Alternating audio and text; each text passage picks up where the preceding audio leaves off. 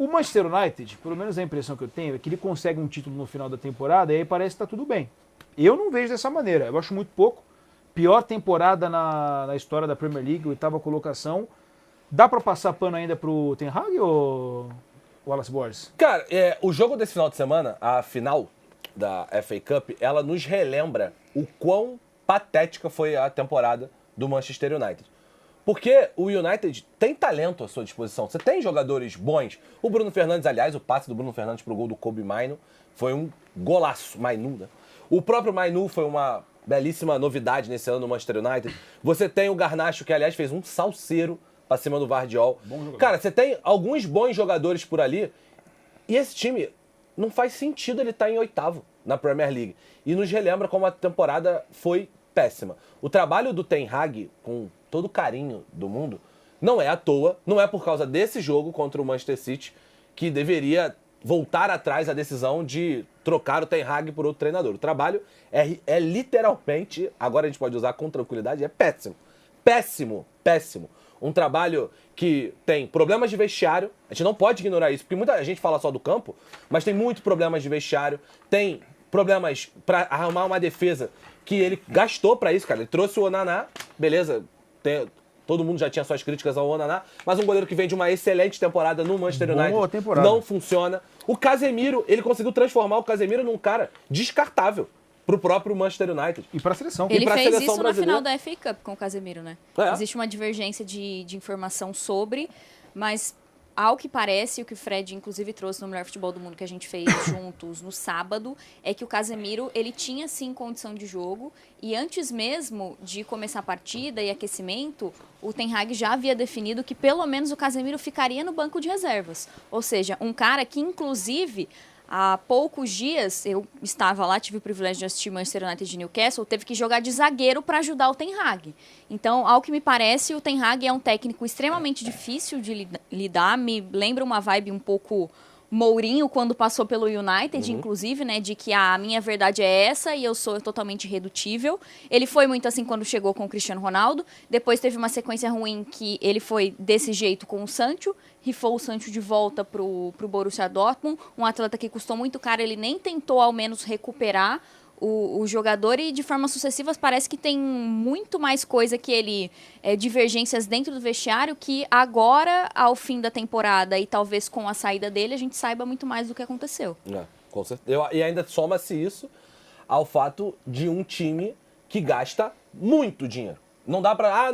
mas o City é o campeão porque gastou muito dinheiro e o United é o pobrinho. O United gasta uma barbaridade de dinheiro e não tem o direito de fazer a temporada que fez. Eu também acho que a temporada é abaixo. Eu também acho que o trabalho do Ten Hag, na média, ele entregou menos do que poderia entregar. Eu acho que em alguns pontos o Ten Hag acertou, em outros não. Acho que essa coisa de relacionamento, vestiário, gestão de grupo de pessoas parece ser um calcanhar de Aquiles mesmo do Ten Hag. Mas tem outro ponto que a gente também tem que levar em consideração aí. O atual panorama do Manchester United como instituição. Com os Glazer, né? Com a família Glazer, né, todo esse processo agora de troca de comando. O Ten Hag deu uma entrevista, falou logo depois do jogo, uma frase que até no Instagram da TNT Sports repercutiu pra caramba, quando ele falou da dificuldade do Manchester United de ganhar títulos relevantes. Ele fala, o United não ganha a Premier League há tanto tempo, os caras acham que vai ser do dia pra noite e tal. Esse tipo de declaração, essa declaração nunca é bem-vinda, sabe? Porque você está mexendo numa ferida. O torcedor não gosta de ver alguém que veste a camisa do clube falando, nosso clube tá uma porcaria. Mas lembrem-se que o Cristiano Ronaldo, com outras palavras, num outro contexto, disse mais ou menos a mesma coisa que o Ten Hag está dizendo agora. E no momento em que o Cristiano Ronaldo disse, o Cristiano Ronaldo, porque havia uma briga com o Ten Hag e as pessoas estavam ao lado do Cristiano Ronaldo, a maioria, o senso comum, grande parte da torcida do United e tal, as pessoas se posicionaram a favor do Cristiano Ronaldo agora. Muitos que estão atacando o Ten Hag pela mesma declaração agora. O United hoje ficou para trás em termos de estrutura. O Cristiano Ronaldo falou sobre isso.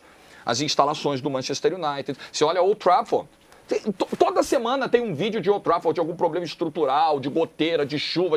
É um clube que está ficando para trás. E o City gastando o que está gastando, e um Arsenal se reestruturando. Então tem uma questão também institucional aí. Quem deu certo pós-Ferguson de verdade no Manchester United? Há alguma garantia de que pós-Ten Hag, o próximo treinador que chegue, vá dar certo num primeiro momento? Acho que o United tem questões muito profundas a resolver. Também acho que o trabalho do Ten Hag, se for interrompido, eu acho que há motivos para isso. Mas há motivos para troca. Faria? Eu acho que há motivos para troca. Talvez eu fizesse, mas o buraco do United é mais embaixo. Passa por treinador, mas é mais profundo o problema. Realmente, essa questão de Old Trafford eu percebi muito. Não tem um telão para você assistir os lances. Você esteve lá, né? Sim, eu estive lá. Não tem um telão para você, nenhum telão para você ver os lances, que é algo muito comum nesses jogos que você vai assistir. Em todos os jogos que eu fui, inclusive do Aston Villa, tinha um telão lá no Villa Park. No Brasil, a maioria tem. Exatamente. E em Old Trafford não tem. Mas me impressionou muito nesse jogo que eu fui assistir, que foi o último jogo do Manchester United na temporada em casa, que o Ten Hag, ele deu uma declaração, inclusive tem no meu Instagram, ele deu uma declaração lá, pegou o microfone, falou com a torcida, e eu não escutei nenhuma vaia pro Ten Hag. Nenhuma. Essa sensação de que a gente tem, de que o Ten Hag tá com a corda bamba no Manchester United, a impressão que eu tive é que para a grande maioria da torcida do United, pelo menos a que realmente comparece aos jogos, essa dúvida não existe. O trabalho dele agradou nessa temporada, ressaltando que esse jogo que eu assisti foi antes da vitória em cima do Manchester City, foi antes do título da FA Cup. Então, eu não sei até que ponto, de fato, a informação chega com ruído pra gente, né? Até onde, de fato... Eu ia muito na contramão de tudo que você está falando. Eu fiquei muito surpresa. Eu não escutei, e tem o vídeo no meu Instagram, quem quiser conferir, eu não escutei nenhuma vaia. Ele foi extremamente aplaudido. Nenhuma vaia. Isso me surpreende de uma maneira bem grande, porque, para mim, o trabalho... embora tenha de fato todos esses problemas, e até um determinado momento, esse momento mesmo, a gente não sabe o que vai ser do Manchester United, quem que vai ser o dono, para onde o clube vai caminhar.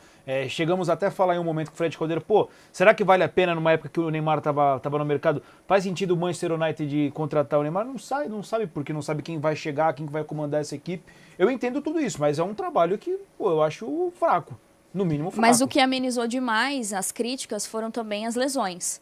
Ele, em vários momentos da temporada, teve problemas graves de lesão, de ter 8 lesionados, de ter quase todos os zagueiros lesionados, e isso foi muito utilizado, pelo que eu li nos jornais lá da Inglaterra, para abafar um pouco os maus momentos e a instabilidade que o United viveu nessa temporada. Não, o João Pedro está falando disso aí, né? Mais de 70 lesões no Manchester United, o United não teve o time à disposição. E isso passa, não todas as mais de 70 lesões, mas... provavelmente uma parte dessas lesões também deve passar pelas questões estruturais do Manchester United. Departamento, sim. De departamento médico, de fisiologia, de recuperação de jogadores, de uma série de coisas. Assim, não dá para você achar que tudo isso é coincidência.